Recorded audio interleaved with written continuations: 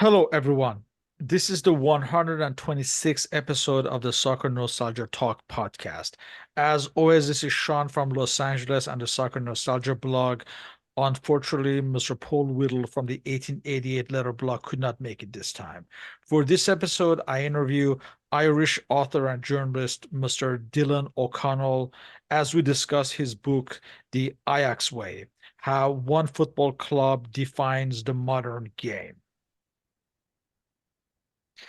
Mr. O'Connell is based in Cork in the Republic of Ireland. He has written for the likes of the Irish Examiner, Irish Independent, Irish Times, The Mirror, RTE, and the 42.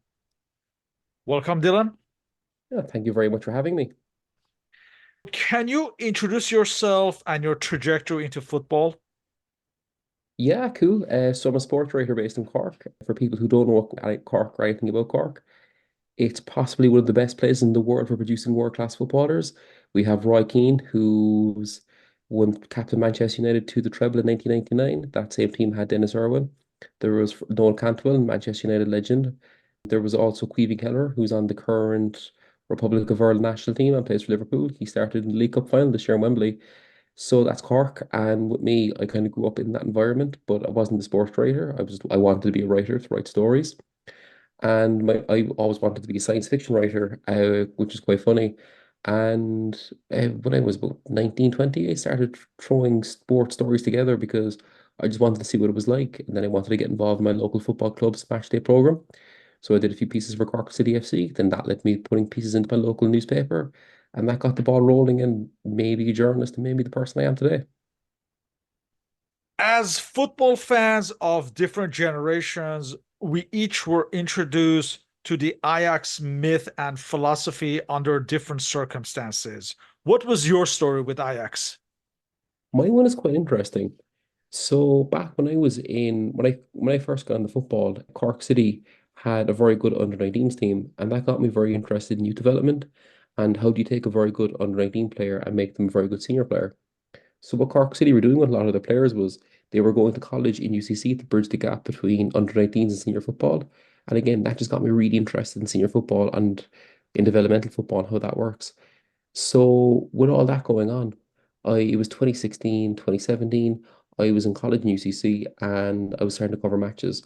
And I looked up at the Europa League because there's a lot of interest in that Europa League run because Manchester United were under Jose Mourinho, and I looked at the other side of the draw, and I looked at Ajax and how you had Frankie de Jong, you had Andre Onana, you had Joel Veltman were on that team that reached the Europa League final and lost 2-0 to Manchester United. It was Donny van de Beek was the other player I was trying to think of. They were all there around the squad at the time, Matthijs de Ligt as well. And that got me interested in Ajax because of the youth development side of it. And then later on that summer, they got knocked out of the Europa League in the playoff round to Rosenborg of Norway, who would play Cork City a year later. And this was in the summer of 2018. And I was thinking, everything's going back to Ajax. And then that turned my head and got me interested in the club, especially with my gateway being the youth development and the players breaking through of the Ligue de Jong would go on to reach the Champions League semi-finals in 2019 with the club.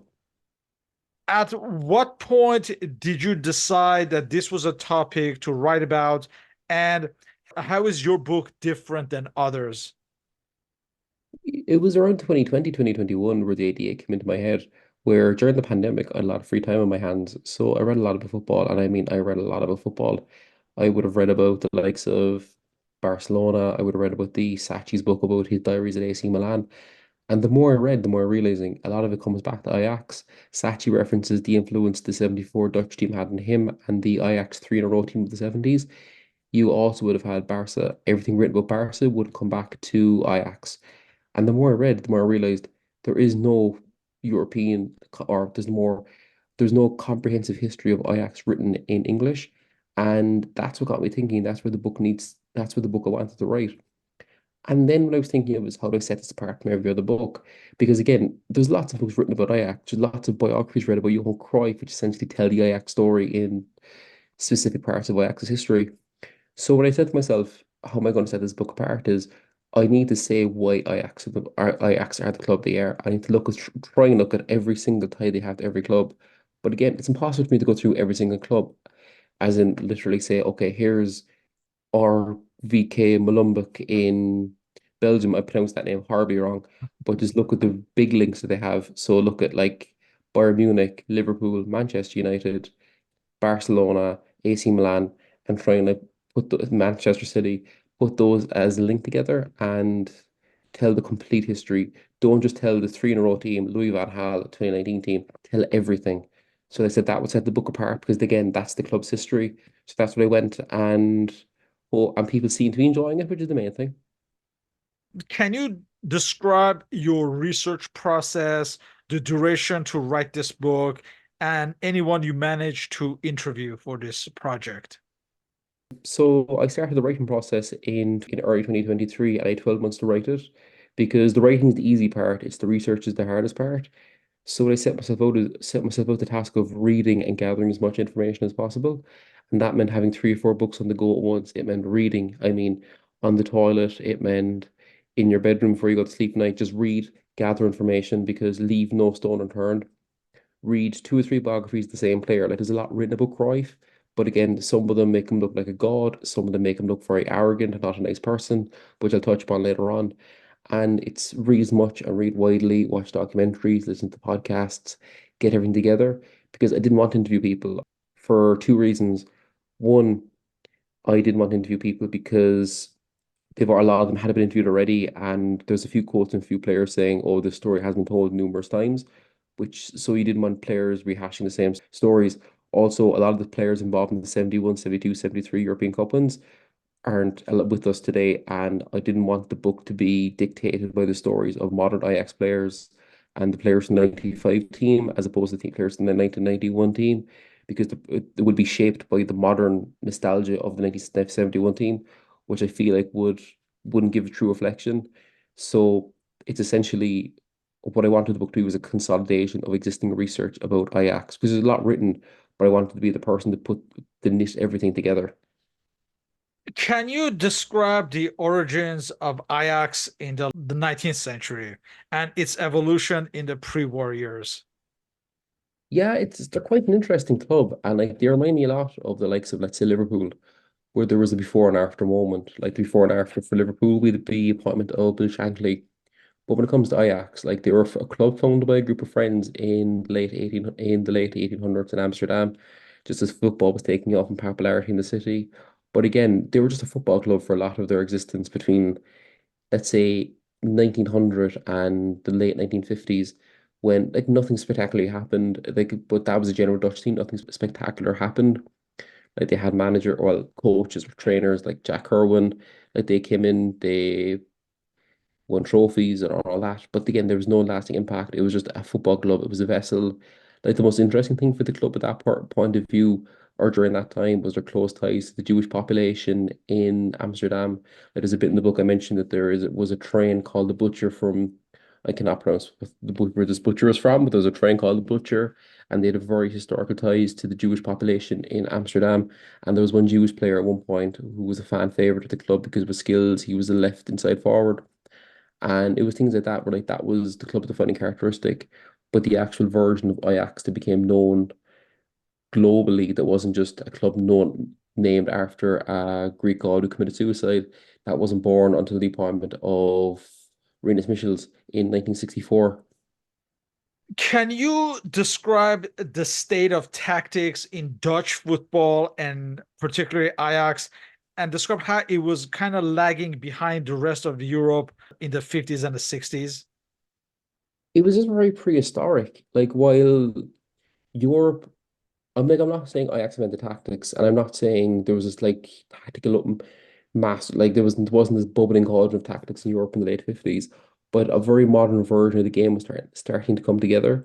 Like you had let's say Herbert Chapman with the Arsenal WM. You had Brazil at the 1958 World Cup playing the 4-2-4 formation with Pele and all that, the expressing all out attack. But in the Netherlands, they were still playing a very rigid version, almost prehistoric version of the game that was getting blown apart in Europe. Dutch teams did nothing in the continent. The Dutch national team did nothing on the continent.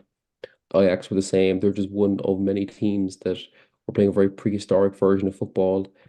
Like while the rest of the Europe was experimenting, putting in actual tactical systems, they didn't have that in the Netherlands. A lot of what would come later. Like as I said earlier, it was like this the modern birth, even like a modern birth of football in the Netherlands wasn't birth, but didn't come into being until Rinus Michels took over in January 1965. I said 64 earlier, it was January 65. I apologize. The Ajax legend that most people know about is linked to one player, Johan Cruyff, and one manager, Rinus Michels, that you mentioned. Now, let's start with the manager. How was the appointment of Michels in 1965 the catalyst for this tactical revolution? Like there was a lot of stuff going on behind the scenes when like you had Vic Buckingham would have coached, Rita Smith would have been involved in the behind the scenes. You had a lot of coaches who would have been from that English school, which would have wanted to take the ball, pass the ball to press high, and they started to develop this in the youth academy. Mitchell was the first player to come out of that school and then go back into management. So he had experience of the way Ajax wanted to play. And when he took over, he wanted his vision of football being played. He wanted the players to take the ball, pass the ball, attack the space, move around, get the ball, do express themselves. And it was a lot of it was strong coming together. Like a lot of people say, oh, the starter was Rinus Michels. Yes, it was Rinus Michels and it was Cruyff. It was the perfect combination of everything coming together. You had the work that was done in the youth academy. You had Rinus Michels, a student of that culture, coming out of the academy and everything came together in 65 and especially in the 65-66 season because Ajax won the league. That got them into the European Cup, and in the European Cup they delivered their most the result that kick-started everything for them, which was their hammering of Liverpool in the Olympic Stadium in December 1966. Michels was known to be a tough disciplinarian. That also, I imagine, made the players more professionals and more responsible. Yeah, and one of his favorite things with the conflict theory, where he enjoyed the players actively in conflict with each other, where he wanted to control everything about their lives. There was a constant state of tension between him and Cruyff over how they would operate. Cruyff wanted a sense of freedom. Rinus Michels was essentially the dictator. He wanted to control everything, and he also wanted a conflict model as well, where he wanted the players bickering, arguing amongst each other, whereas essentially where he wanted to be the ringleader in this and be the agent of chaos. Whereas, which is quite interesting, where he's associated with being the architect of Ajax, whereas Ajax's most successful season was 71-72, and the year 1972, when they won the treble, they became the second ever team to win the treble of the League Cup and European Cup. They won the Super Cup, which was only coming to being then, and they won the Intercontinental Cup, which was the Club World Championship, and that was under Kovacs, which wasn't Venus Mitchell's. Venus Mitchell's left after the first European Cup, which is quite funny because Mitchell's is seen as Mitchell's was the start of the Ajax process, but Ajax didn't actually take on a life of their own until Mitchell's left and Kovacs came in. As football history fans, we know by heart that Ajax play 4-3-3, but that was not always the case with Michels. In fact, reading your book, I learned that in the beginning, it was actually a 4-2-4 that eventually morphed into this 4-3-3. Can you describe this process? Yeah, it was a very slow process. It was a slow process, but there wasn't one game. There wasn't one moment that, like, certain teams have that one game, but like Chelsea, I mentioned there's a chapter early in the book where Chelsea were losing to Arsenal at the Emirates and they swapped to a 4-3-4-3 formation. They were like, this is it. It was a voila moment. And they went on to win like 18 games in the league, in the Premier League, and that essentially won them the Premier League. There was nothing like that with Ajax, where Rinus Michels came in January 1965 when the club were deep into a relegation battle. They were trying to stay up in the Eredivisie. So there was no room for experimentation. There was no room for, okay, we're going to start playing this way, the proper way. So what ended up happening was a slow, gradual shift towards the 4-3-3. He brought in players who fit certain positions. He switched to 4-3-3 because, again, they were playing games at a very ferocious pace back then, but they'd often play Sunday, Wednesday, a bit like today, but a very smaller squad. So he was forced to rotate. He was forced to rotate, forced to move things around. He would always also move the formation depending on who the opposition was. That was a big thing as well with Rinus Michels as coach. And eventually, just through the sheer process of emulation, the 4-3-3 emerged as the default system that suited his whole squad. So there was no eureka moment. There was no game where, okay, this was it, everything made sense. It was just by a process of elimination, by trialing this system and the 4-2-4, just the 4-2-3 emerges triumphant over a period of after a period of time. At this point, we all know about Johan Cruyff's playing career. What was his influence in the building of this Ajax philosophy in terms of tactics? I think what's quite interesting about Cruyff is this, like I mentioned in the book, that the symbolic ending of the 1970s in Amsterdam and the 60s is when Cruyff left for Barcelona because they went into a slow decline after that. They did win trophies, they did play in the European Cup, like they got to the semi-finals in 1980 and lost to Brian Clough's Nottingham Forest. But they kind of meandered and fell into a place of disarray. They didn't have a permanent manager. They eventually brought in Cruyff. They were winning trophies. Like they won the double in Cruyff's last season in Amsterdam before he left Rotterdam. But again, there was no European run. There was no nothing. It kind of felt something had been lost. Cruyff came back and he worked with young players like Frank Rijkaard. He had a falling out with Cruyff, which is the most Cruyff thing you can possibly imagine happening. You had Marco van Basten, Ronald Koeman would have been around there at the time. You had John Van Schip. There was 4 or 5 players there who were young, just out of the academy. They were schooled in the Ajax way. Cruyff came in. He knew the academy. He knew the style of play. He knew the way Ajax was supposed to play. He wanted the players to play a brand of football which entertained the masses. And even when Cruyff came in, this brand of football was designed to connect with the Ajax culture, which he believed was take the ball, pass the ball, attacking football. But he also wanted to entertain the crowds, and this was at a time when attendances were dropping in the Netherlands because of a recession. The fact that football was seen as a game for hooligans. So Cruyff knew to give the player or to give the fans something to cheer about, something to be happy about in the stands. So it was a perfect, again, I said perfect storm earlier, but this was things coming together at the right time as well. You had this very talented core of youth players. You had Cruyff, who understood the systems and tactics and the club, and they all worked together. They won 2 KMVB Cups, and they also won the Cup Winners' Cup, which would have been Ajax's first European trophy since the third European Cup back in 1973. So it was the perfect coming together of everything of the right players, the right manager, the right circumstances for everything to survive. Because again, but the key thing holding all this together is the fact that he knew the Ajax culture, he knew the players, he knew that they were schooled in the same culture, he knew how to work with them. That's a big thing. Not only at club level, but this Ajax legacy of total football is also remembered with the Dutch national team during the 1974 World Cup. When it comes to the 1974 World Cup, and this is my own personal belief, I think the fact that the Dutch lost was the bet was almost endear them to the masses. If they won, they went down as winners, grand, whatever. But the fact that they lost so heroically was just incredible. Like there's a quote in the book from Johan Cruyff of how everything came together at the right possible time. You had the 1970 Feyenoord European Cup winning team. You had the 3-in-a-row Ajax team. It all came together and they lost heroically, might I add, to their most hated rivals on their own patch of turf in West Germany. And with that said, it's the fact that they were known for this exciting attacking brand of football. They beat Brazil in the semi-finals of the World Cup. You had the Cruyff turn against Sweden, which hilariously ended in a nil-all draw. There was no goal actually came out of that. And I think that endeared them to the mass and made more people step up and take note that this team played this exciting attacking brand of football, did it the right way, and fell so short after taking a lead as well at the final and losing 74 at the Olympic Stadium. You also mentioned the fact that they may not even have qualified had the goal against Belgium stood that was erroneously called offside during the qualifiers. Yeah, and there was so much going on at the time where they didn't know if Cruyff would play. Cruyff didn't know if he wanted to play himself. And then there was the goal that shouldn't be given, the goal that was given. And the fact that against Belgium, their nearest rivals, their most hated rivals, like there's a historic rivalry between Germany and the Netherlands, which again goes a lot back to the Second World War. And there was which David Winter talks a lot about this in Brilliant Orange, where there was that sense of shadow. But Belgium, they just hate each other. It's a bit like Ireland and so Wales. If I would compare it to Irish person, if they're across the road from us in a weird way, we don't like each other purely from a sporting point of view.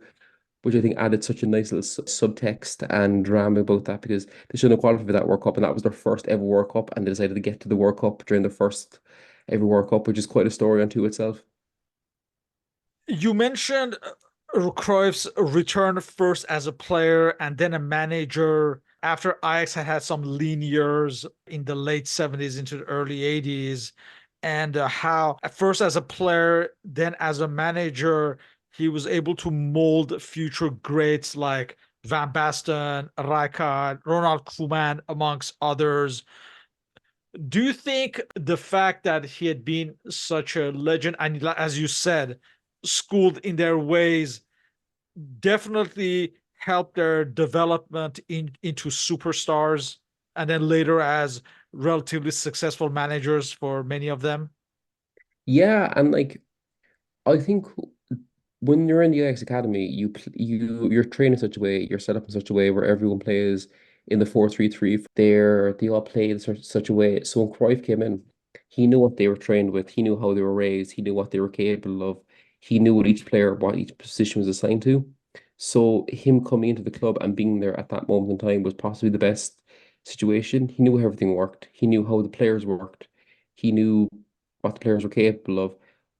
So he was there, but he also knew some of the players. Like Marco van Basten was on the fringe of the Ajax team, and the same with Frank Rijkaard when Cruyff was there as a player. So him coming back was an important linkage there because again, Ajax had fallen. They were just a fallen great in European football. So when Cruyff came back, he introduced the system. He got the players playing in the system. But people associate Ronald Koeman with being at this area at Ajax.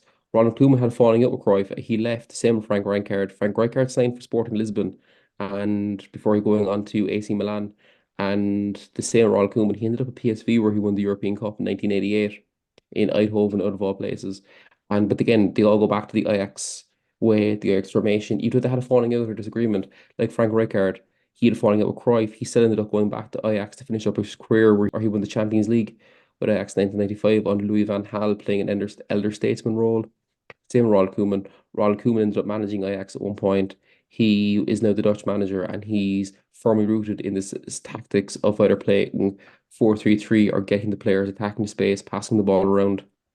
In fact, in most of the stories that you discuss in your book, it seems like Johan Cruyff is really the glue that links just about all those stories. Yeah, and like the thing with Cruyff is, so he was there in the 72, 73 European Cup winning team. He was there in the 80s where they had this like rebirth of Ajax. He would have been around the club and influenced Louis van Gaal at that time. Louis van Gaal kind of ushered in the second great Ajax team. Even flash forward to the 2010s, you had the Velvet Revolution where Johan Cruyff looked at what the Dutch team did at the 2010 World Cup, thought that the system needs an overhaul, and he wanted to put Ajax legends in different positions of the club. He wanted Frank de Boer to take over as manager, and it was that way of thinking. It was kind of helped form an overhaul, which would, in a very long-winded way, lead to the 2019 team when you had the likes of Edwin van der Sar coming in as sporting director. It was part of that cultural reshift. So Cruyff is essentially the glue, but I don't want to assume that Cruyff is Ajax is Cruyff, because Cruyff's story is also Barcelona story.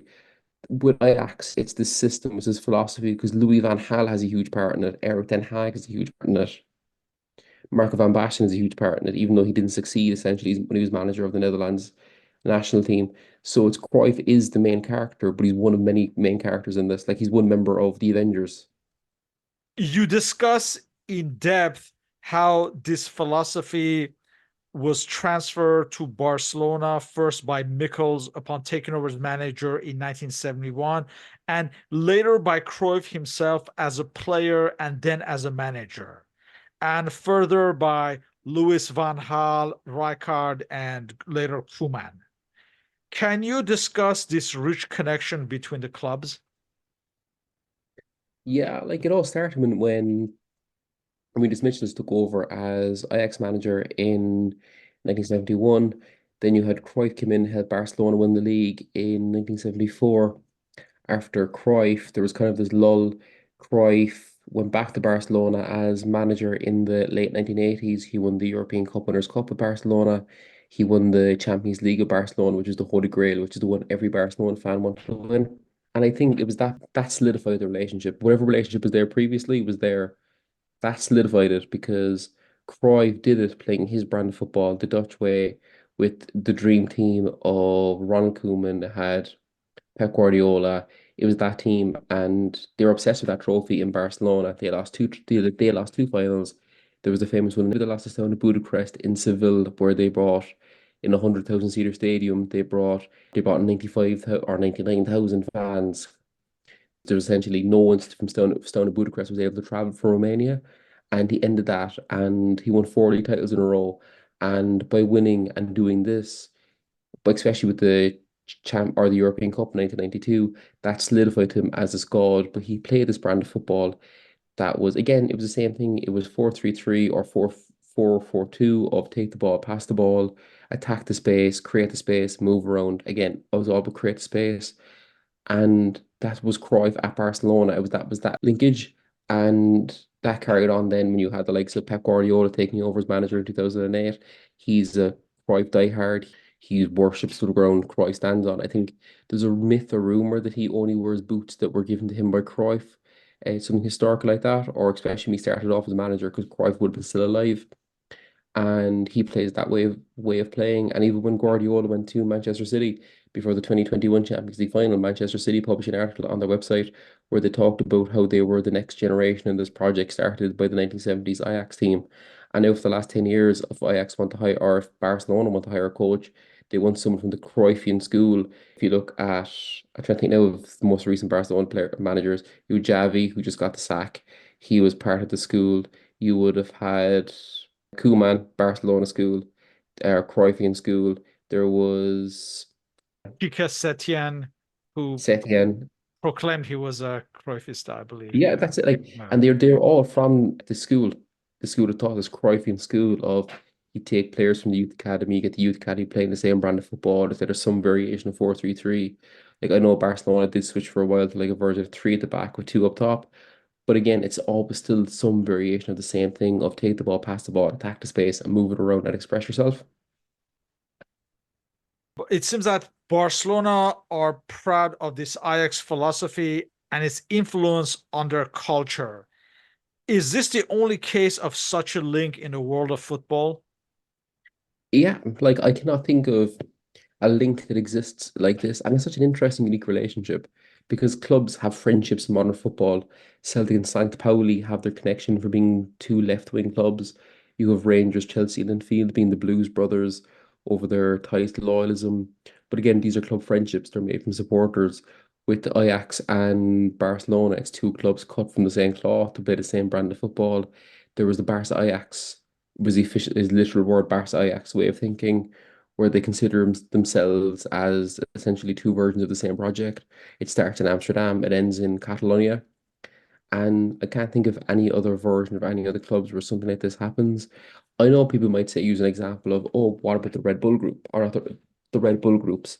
But again, that's players going between the two clubs. Look at Manchester City with the City Football Group, which whatever criticism you give towards the existence of the City Football Group, where they all have, where they could have a player excel at Manchester City FC or New York City FC, then go to Manchester City. That's still some variation of the Ajax school because they want players playing in the Ajax way to play that brand of football of you take the ball, pass the ball, you attack the space. The Pep Guardiola approach comes from Cruyff, comes from Ajax.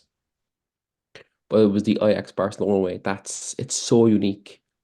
It's again, let's come back to it. And I repeat myself, I cannot think of another version of that in world football of two clubs having that relationship. Louis van Gaal did not have an impressive playing career, but his influence on tactics is present until today. How did his tactics and influence differ from the likes of Mikkels and Cruyff? I heard him describe one time, and this is the more I research, the more I agree with this.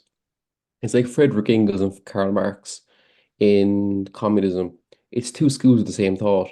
Whereas Cruyff wanted players to take the ball, pass the ball, move around. Like, your left winger comes in as a striker, your striker drifts off to the left. Louis van Gaal had it all based off of if you're, let's say, you're a left winger, this is your area of operation. You stay there, you don't dictate, you don't move away from the game plan. He was a lot more rigid, he was a lot more structured. whereas Cruyff wanted routine discipline.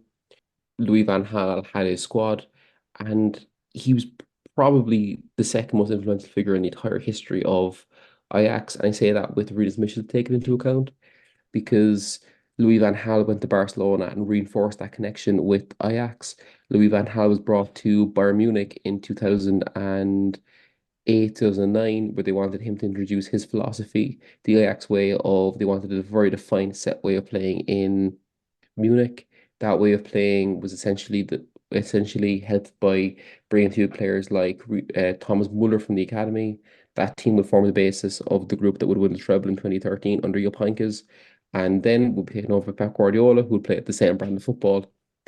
So you would do Van Hal, like even in Manchester United, I know he was criticized for playing very boring football, but he was also used the X way of giving chances to youth players. Look at Marcus Rashford, he came through during that time at the club.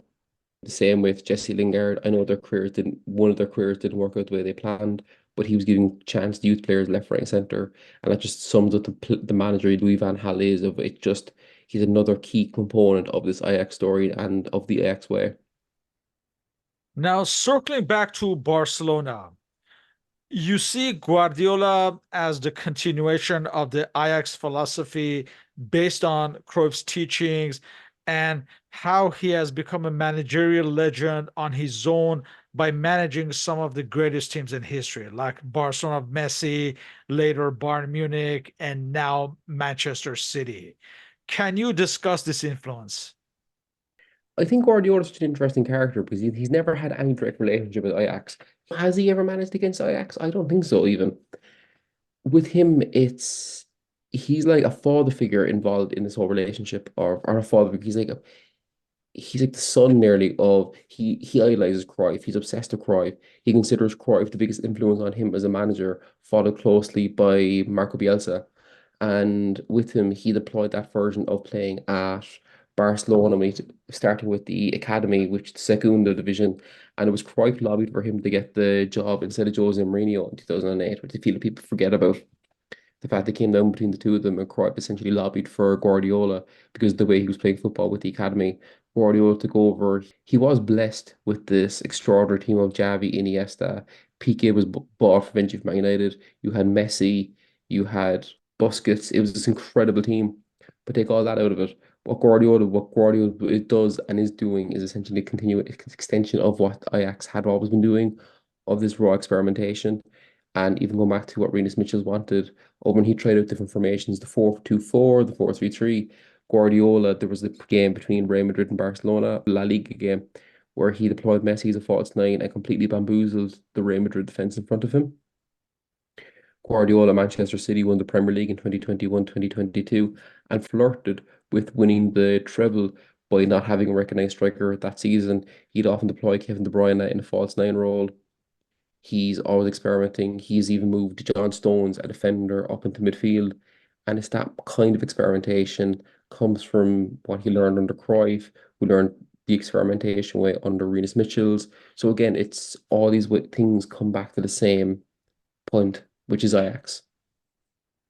Can you discuss how the Bosman ruling affected teams like Ajax in the worst way and the attempts by Cruyff? You somewhat mentioned this, but the attempts by Cruyff to revive Ajax behind the scenes in the boardrooms as a result of this and his eventual conflict with Van Gaal. The thing with the Bosman ruling, it was football was moving in a hyper-capitalistic way in the late 1990s. With the Bosman ruling, when players could leave in a free transfer, and the whole Ajax team was gone within 3 years.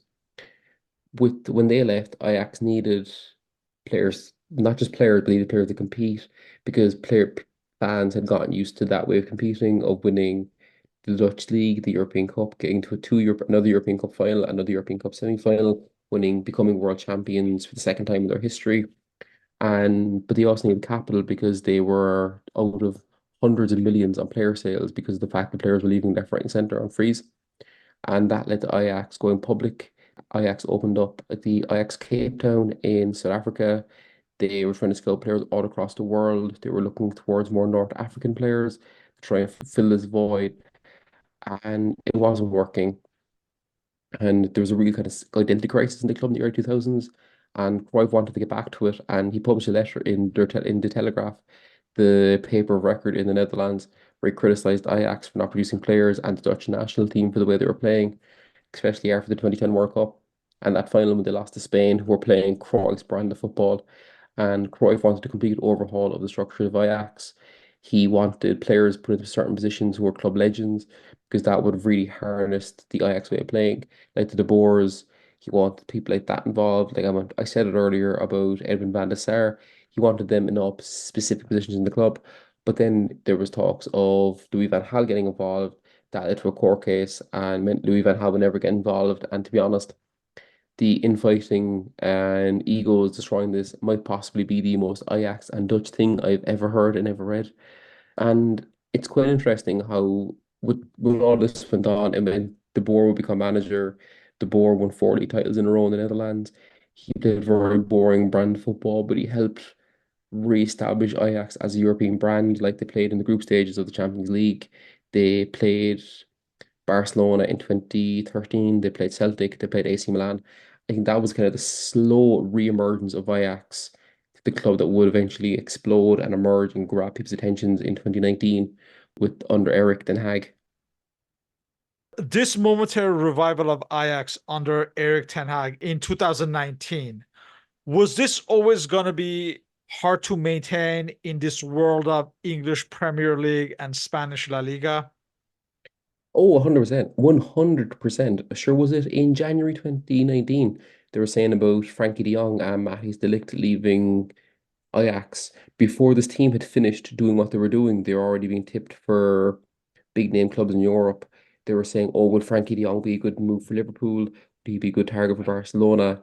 So it just goes to show how these clubs, if they tend to build anything and do anything, especially in these leagues, because you have your top leagues, you have La Liga, you have the Premier League, you have the Bundesliga, you have the French league for PSG, but then you'd have, let's say, the Belgian league, the Dutch league, they'd exist in this almost developmental sphere where they might get a good team every so often, get to a European semi-final, get to a European final maybe, and then cease to exist. And I look at the most recent example of Liverpool, or sorry, Feyenoord. They appointed Arne Slot. He did great work at AZ. It was in a title race with them in 2019. He got Feyenoord to their first European finals in 2002. He won them the league, won them the cup, and he's off to Liverpool. And there's a price tag now attached to every player who was playing the hype last year.